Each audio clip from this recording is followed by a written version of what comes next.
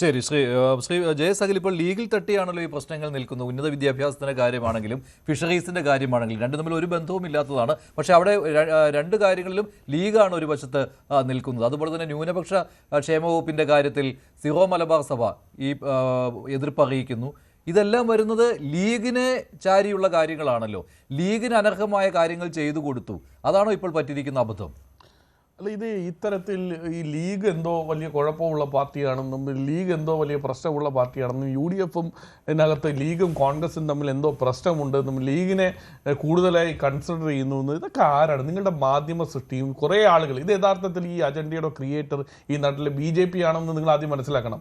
ഈ തെരഞ്ഞെടുപ്പിൻ്റെ റിസൾട്ട് വന്ന് ഈ തെരഞ്ഞെടുപ്പിൻ്റെ ഈ ഗവൺമെൻറ് ഫോം ചെയ്യുന്ന സമയത്ത് സോഷ്യൽ മീഡിയയിൽ BJP കേരളം എന്ന് പറയുന്ന പേജ് നിങ്ങളൊന്ന് പരിശോധിക്കുക. ഏറ്റവും ആദ്യത്തെ അവരുടെ ഫേസ്ബുക്ക് പോസ്റ്റ് എന്താണ്?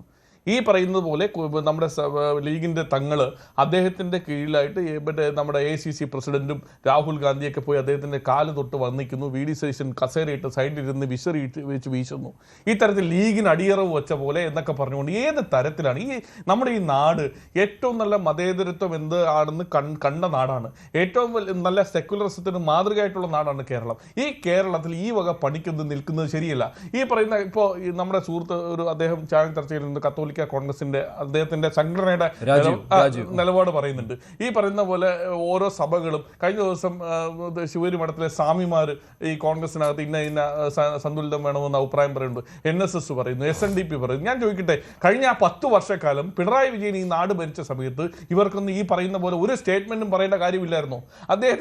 അദ്ദേഹം അല്ലെങ്കിൽ കമ്മ്യൂണിസ്റ്റ് മാർക്സിസ്റ്റ് പാർട്ടി ഭരിക്കുന്ന സമയത്ത് ഇവരൊന്നും എന്തുകൊണ്ട് കത്തോലിക്ക കോൺഗ്രസ് സ്ഥിരമായിട്ട് പറയുന്നുണ്ട്, എന്തുകൊണ്ട് അവർക്കൊന്നും ഈ പറയുന്നത് പോലെ മാളത്തിൽ നിന്ന് പത്തിയെടുത്ത് വെളിയിടുന്നത് പോലെ തലയിട്ട് പുറത്തിട്ട് അഭിപ്രായം പറയുന്ന ഒരു സാഹചര്യം എന്തുകൊണ്ട് ഉണ്ടാക്കുന്നു? ഞങ്ങളെ സംബന്ധിച്ചിടത്തോളം മഞ്ജുഷ് അങ്ങനെ പറയുമ്പോൾ അതിന് കീഴടങ്ങുന്നു എന്നതുകൊണ്ടാണ് ഏറ്റവും പ്രധാനപ്പെട്ട കാര്യം. അല്ലാതെ കീഴടങ്ങുന്നു എന്നുള്ളത് അത് ചിലപ്പോൾ എനിക്ക് തോന്നുന്നു ഈ പറയുന്നത് പോലെ കോൺഗ്രസിനെ സംബന്ധിച്ചിടത്തോളം കോൺഗ്രസ് എല്ലാ വിഭാഗം ആളുകളിൽ നിന്നും അഭിപ്രായം സ്വരൂപിക്കുന്ന ഒരു പാർട്ടിയാണ്. കോൺഗ്രസിനകത്ത് കൃത്യമായി നിങ്ങൾ 11 ദിവസം മുഖ്യമന്ത്രി ചർച്ചയുമായി ബന്ധപ്പെട്ടെടുത്തപ്പോൾ നിങ്ങൾ ഉൾപ്പെടെ ഈ മാധ്യമത്തിന്റെ ഫ്ലോറിൽ വന്ന് ഞാൻ ഉൾപ്പെടെ ചർച്ച ചെയ്തതാണ്. എല്ലാ മാധ്യമങ്ങളും ചർച്ച ചെയ്തതാണ്. തമ്മിലൊരു വിഷയമാണ്, രൂക്ഷമാണ്. ഞാൻ അന്നും പറഞ്ഞൊരു വാചകമുണ്ട്, ഏറ്റവും നന്നായി ആലോചിച്ച് ഹൈക്കമാൻഡ് ഒരു തീരുമാനമെടുത്ത് ഏറ്റവും നല്ല മുഖ്യമന്ത്രി കേരളത്തിലെ മുഖ്യമന്ത്രി അധികാരത്തിൽ വരും. അതിന് ആലോചിക്കാൻ സമയമെടുക്കുന്നത് കേരളത്തിലെ ജനങ്ങൾക്ക് നല്ലതിനു വേണ്ടി ആണ് എന്നൊരു അഭിപ്രായം ഞാൻ അന്നേ പറഞ്ഞു. ഞാനൊരു കാര്യം പറയാം, നിങ്ങൾ മാധ്യമ സൃഷ്ടി മൊത്തം എന്തായിരുന്നു? ഈ പറയുന്ന പോലെ ഏറ്റവും നന്നായി സംഘടനാ പ്രവർത്തനം നടത്തുന്ന KC വേണുഗോപാലിനെ ഏതെല്ലാം രീതിയിൽ മോശപ്പെടുത്താൻ കഴിയുമോ അത്രയും മാത്രം മോശപ്പെടുത്തി അദ്ദേഹത്തിന് വേറൊരു എന്തോ ഒരു പിശാചാണെന്നുള്ള രീതിയിൽ വരെ കോൺഗ്രസ് ഹാൻഡിലുകൾ മാത്രമല്ല ഞാൻ പറയുന്നത് കേരളത്തിലെ മാധ്യമങ്ങളാ പറയുന്നത്. കേരളത്തിലെ മാധ്യമങ്ങളിൽ ഞാൻ മഞ്ജുഷിനോട് വീണ്ടും ആവർത്തിച്ചു കേരളത്തിലെ മാധ്യമങ്ങളുടെ കാര്യമാണ് തുറന്നു പറയാൻ ആഗ്രഹിക്കുന്നത്. ഞാൻ പറഞ്ഞത് ഇത്തരത്തിൽ ഇത് കോൺഗ്രസിനെ സംബന്ധിച്ചിടത്തോളം ജനാധിപത്യ സൗന്ദര്യം പൂത്തുലഞ്ഞു നിൽക്കുന്ന പാർട്ടി ആയതുകൊണ്ട് ഇതിനകത്ത് ഏറ്റവും നന്നായി ഭജിക്കാൻ കഴിയുന്ന ഏറ്റവും നന്നായി മുഖ്യമന്ത്രിയെ പ്രൊജക്ട് ചെയ്യാൻ കഴിയുന്ന ഒത്തിരി നേതാക്കന്മാരുണ്ട്. ഞങ്ങളെ സംബന്ധിച്ചിടത്തോളം ലീഗ് ഞങ്ങളോടൊപ്പം അടിയുറച്ച് നിൽക്കുന്ന പ്രസ്ഥാനമാണ്. കഴിഞ്ഞ 10 വർഷക്കാലമായി ലീഗ് പ്രതിപക്ഷം നിന്നപ്പോൾ ഞങ്ങളോടൊപ്പം ഞങ്ങളെടുത്ത നിലപാടുകൾക്കൊപ്പം നിന്നു. ഒരു ഘട്ടത്തിൽ പോലും കോൺഗ്രസിന് പോറൽ ഉണ്ടാകരുതെന്ന് ആത്മാർത്ഥമായി ആഗ്രഹിക്കുന്ന പ്രസ്ഥാനമാണ് ലീഗ്. ലീഗിന് സൗജന്യം കൊടുത്തു എന്നാണ്. ഇല്ല, ഞാൻ പറഞ്ഞോട്ടെ. അല്ല, എന്തുകൊണ്ട് ചാണ്ടി ഉമ്മന് മന്ത്രിസ്ഥാനം കിട്ടിയില്ല? അല്ല, ഞാൻ ഒരു കാര്യം പറഞ്ഞു, ചാണ്ടി ഉമ്മന് മന്ത്രിസ്ഥാനം കൊടുക്കേണ്ട സാഹചര്യം ഉണ്ട് എന്നുള്ള കാര്യം അതേ അഭിപ്രായക്കാരൻ തന്നെ ഞാൻ. അദ്ദേഹത്തിന് അതിന് അർഹതയുണ്ട്, പരിഗണിച്ചിട്ടുണ്ട്. പക്ഷെ പാർട്ടി ഒരു തീരുമാനമെടുത്ത് ചാണ്ടി ഉമ്മൻ എവിടെയെങ്കിലും ഏതെങ്കിലും മാധ്യമത്തിന് മുന്നിൽ വന്നിട്ട് അദ്ദേഹം എനിക്ക് അത് കിട്ടാത്തതിന്റെ പേരിൽ പരിഭവം ഉണ്ട് എന്ന് പറയുന്നത് നിങ്ങൾ ആരെങ്കിലും കണ്ടോ?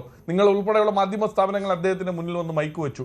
ഞങ്ങളെല്ലാം പാർട്ടിയാണ്, ഞങ്ങൾക്ക് കഴിഞ്ഞ 10 വർഷക്കാലമായി ഞങ്ങൾക്ക് അനുഭവമുണ്ട് എന്താണ് ഈ പ്രസ്ഥാനം അധികാരത്തിലില്ലെങ്കിൽ ഇതിനകത്തുള്ള പ്രവർത്തകർ അനുഭവിക്കുന്ന ബുദ്ധിമുട്ട്, സമരങ്ങളിൽ ഞങ്ങൾ അനുഭവിച്ചിട്ടുള്ള ബുദ്ധിമുട്ട്, യാതനകൾ, ജയിൽവാസം ഉൾപ്പെടെയുള്ള ഓരോ സാധാരണ പ്രവർത്തകർ അനുഭവിച്ചിട്ടുള്ള ബുദ്ധിമുട്ടുണ്ട്.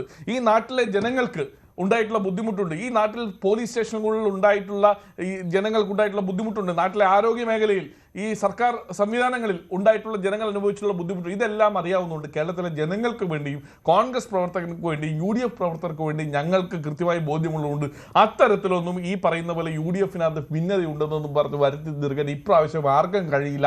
ഞങ്ങൾ അത്രയും അടിയുറപ്പോടുകൂടി ടീം UDF എന്നുള്ള കൺസെപ്റ്റിൽ തന്നെയാണ് പോകുന്നത്. പിന്നെ ഏതൊക്കെ വകുപ്പ് എവിടെയൊക്കെ എങ്ങനെയൊക്കെ തീരുമാനിക്കണമെന്നുള്ളത് ഞങ്ങൾ തീരുമാനിച്ചിട്ടുണ്ട്.